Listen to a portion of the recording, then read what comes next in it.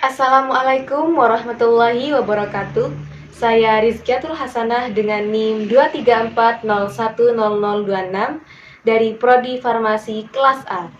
Di sini saya akan menjelaskan tentang asam karboksilat. Selamat menyaksikan.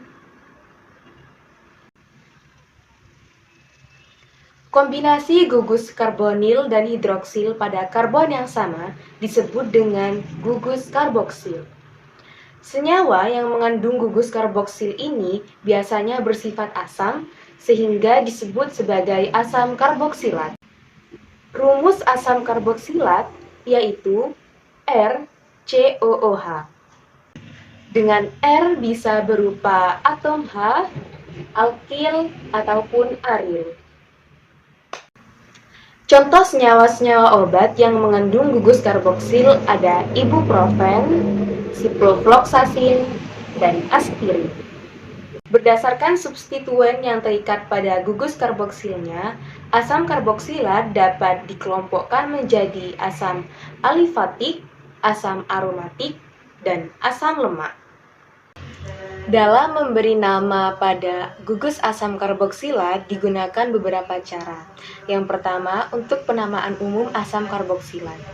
Untuk penamaan umum asam karboksilat ini, yang pertama, posisi substituen diberi nama menggunakan huruf Yunani seperti alfa, beta, sigma, dan lain sebagainya. Kemudian yang kedua, huruf dimulai dengan atom karbon di sebelah karbon karboksil. Kemudian yang ketiga, awalan iso terkadang digunakan untuk asam yang diakhiri dengan pengelompokan tersebut. Untuk penamaan umum asam karboksilat, pada contoh pertama diberi nama asam alfa-kloropropinoat. Pada contoh ini terdapat gugus karboksil COOH di sebelah kanan, sehingga ditulis dengan awalan asam. Kemudian penamaan alfa ini karena terdapat substituen Cl yang berada tepat di sebelah gugus karboksil. Kemudian kloro di sini karena ada substituen Cl, propinoat karena di sini terdapat 3 rantai terpanjang dari senyawa ini. Kemudian diberi akhiran oat karena di sini merupakan gugus karboksil.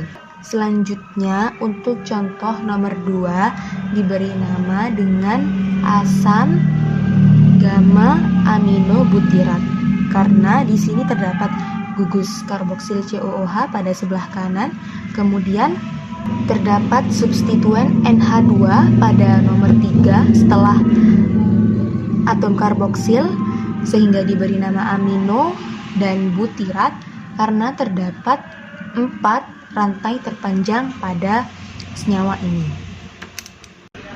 Selanjutnya, penamaan yupak asam karboksilat. Yang pertama, menggunakan nama alkana yang sesuai dengan rantai atom terpanjang.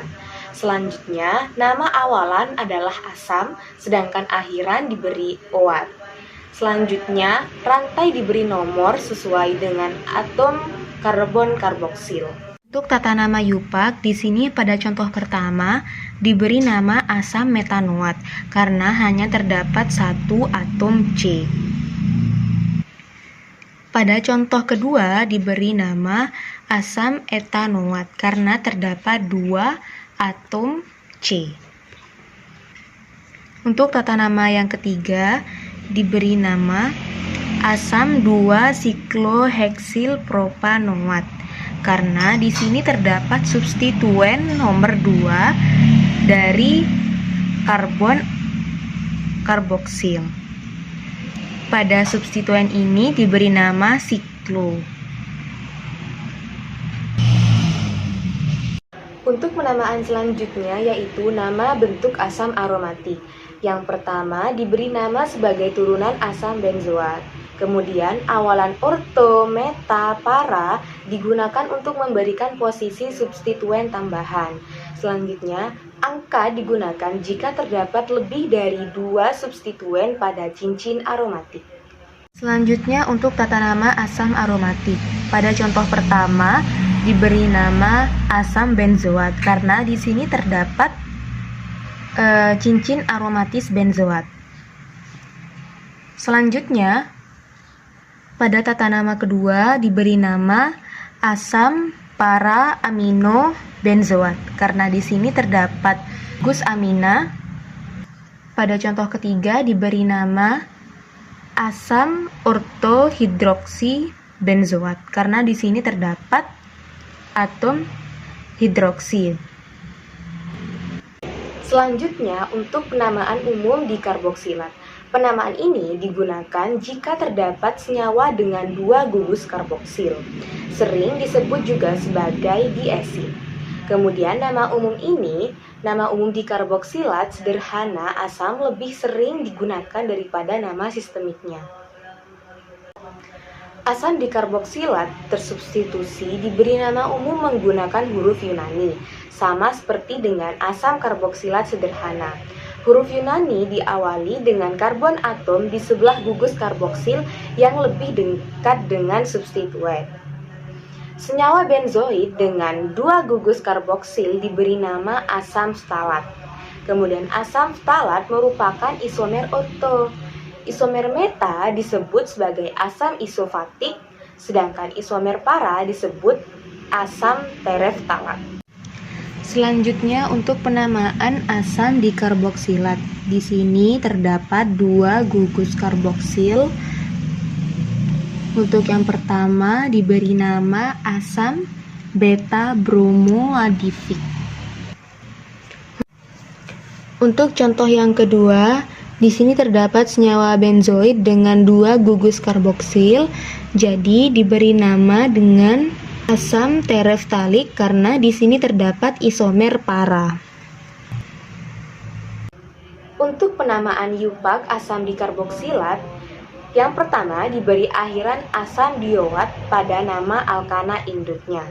Kemudian untuk rantai lurus ditentukan dengan menggunakan rantai kontinu terpanjang yang mengandung kedua gugus karboksil. Yang terakhir, penomoran dimulai dengan atom karbon karboksil yang lebih dekat dengan substituen. Untuk tata nama iopak dikarboksilat, yang pertama diberi awalan asam, kemudian diberi nomor sesuai yang paling dekat dengan substituen. Di sini terdapat substituen Br yang terdapat pada nomor 3. Sehingga penamaannya yaitu asam 3-bromoheksanadioat. Untuk contoh selanjutnya sama, yaitu yang pertama diberi awalan asam, kemudian diberi nomor sesuai yang terdekat dengan substituen. Di sini yang paling dekat dengan substituen yaitu dari sebelah kiri. Jadi diberi penomoran mulai dari sebelah kiri. Untuk penamaannya yaitu asam 3-fenil 2-metil pentanadioat. Sifat-sifat asam karboksilat. Asam karboksilat ini mempunyai 3 ikatan kovalen polar, yang berarti dia merupakan senyawa polar. Kemudian, asam karboksilat mampu membentuk ikatan hidrogen melalui gugus. Sekian video dari saya. Apabila ada salah kata, saya mohon maaf. Semoga bermanfaat. Terima kasih. Wassalamualaikum warahmatullahi wabarakatuh. Semoga lulus.